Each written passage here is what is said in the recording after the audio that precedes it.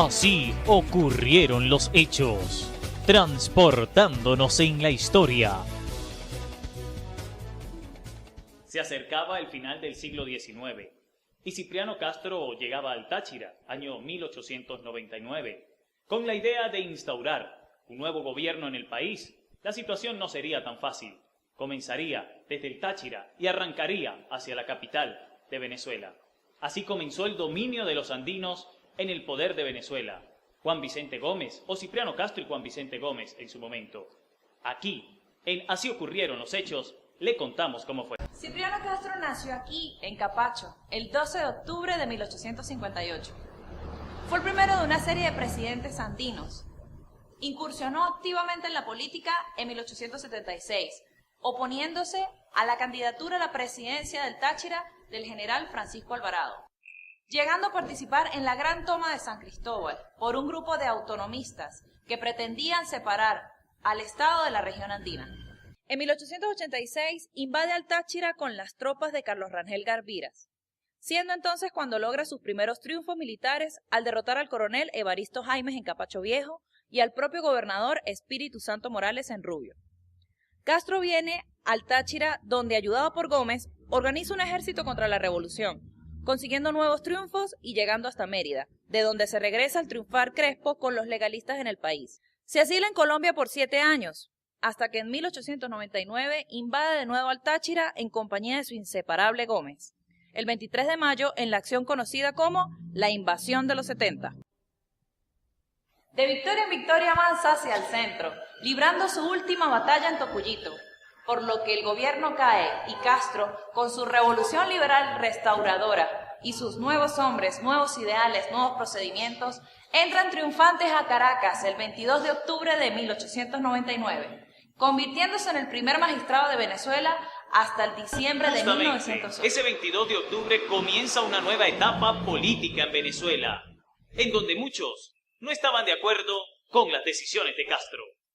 El gobierno de Castro estuvo marcado por cambios importantes en el país. Uno de esos cambios fue el cambio de los jefes políticos en buena parte del territorio. En 1903 se sanciona un nuevo código militar y un código de la Marina. Se decreta la creación de la Academia Militar de Venezuela. Se equipa al ejército con el armamento más moderno para el momento.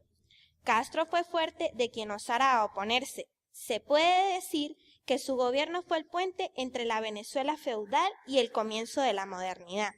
Estimuló al nacionalismo al oponerse al bloqueo de los puertos impuestos por Inglaterra, Alemania e Italia. Durante el gobierno de Castro se produjo el más grave y serio conflicto internacional que ha tenido la nación. Primero fue el conflicto limítrofe con Colombia, en donde Venezuela pierde definitivamente extensiones de tierra, en La Guajira y en los llanos, ubicados en el sur del río. El segundo conflicto tuvo origen con las deudas exteriores del país. Para 1900 su deuda exterior era de 1.900 millones con países extranjeros. Juan Vicente Gómez, su compadre, que apareció siempre al lado de Castro. Él tal vez mucho más calmado y preciso al momento de tomar las decisiones, aparecía en el contexto político también en 1908, cuando la enfermedad de Castro le obligó a abandonar el país.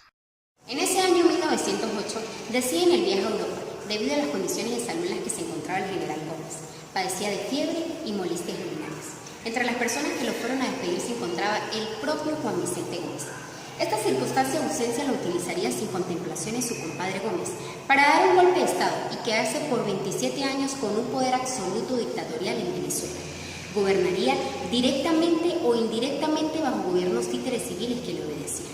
Realizó diferentes cambios mientras su gestión como presidente encargado del país y tomó diferentes decisiones. Una de ellas fue negarle la entrada a su compadre el general Castro. Concedió la libertad a los presos políticos e invitó a quienes permanecían en el exilio a regresar en el país. Restauró la libertad de prensa e incluso se negaba a disolver el Congreso y a llamar a una Asamblea Nacional Constituyente, tal como lo reclamaba. Así comenzaba una nueva historia en Venezuela, con el gobierno de Juan Vicente Gómez, un gobierno lleno de obras, de momentos represión. En Así ocurrieron los hechos, se lo contó. Juan Vicente Gómez, que nació aquí en el estado Táchira, específicamente en La Mulera, gobernó como dictador absoluto de Venezuela. Su gobierno, dicen los historiadores, que ha sido el más duro y trágico que ha sufrido buena parte de Venezuela. Aunque también están de acuerdo que fue uno de los que marcó evolución para el país. Durante su gobierno se da el inicio de la industria petrolera venezolana. El gobierno de Gómez tuvo aspectos positivos y negativos. Los aspectos positivos más resaltantes del gobierno de Gómez son la construcción de carreteras, la exportación del petróleo, la creación de la Escuela de Aviación, canceló la deuda externa que tenía el país en ese momento. Su aspecto negativo fue la represión al que se oponía su gobierno. El eslogan de su gobierno era Unión, Paz y Trabajo. Juan Vicente Gómez duró 27 años en el poder, nunca abandonó su cargo. La única forma de abandonarlo fue causa de muerte. Murió en el año 1935 en Maracay. La causa fue una insuficiencia cardíaca.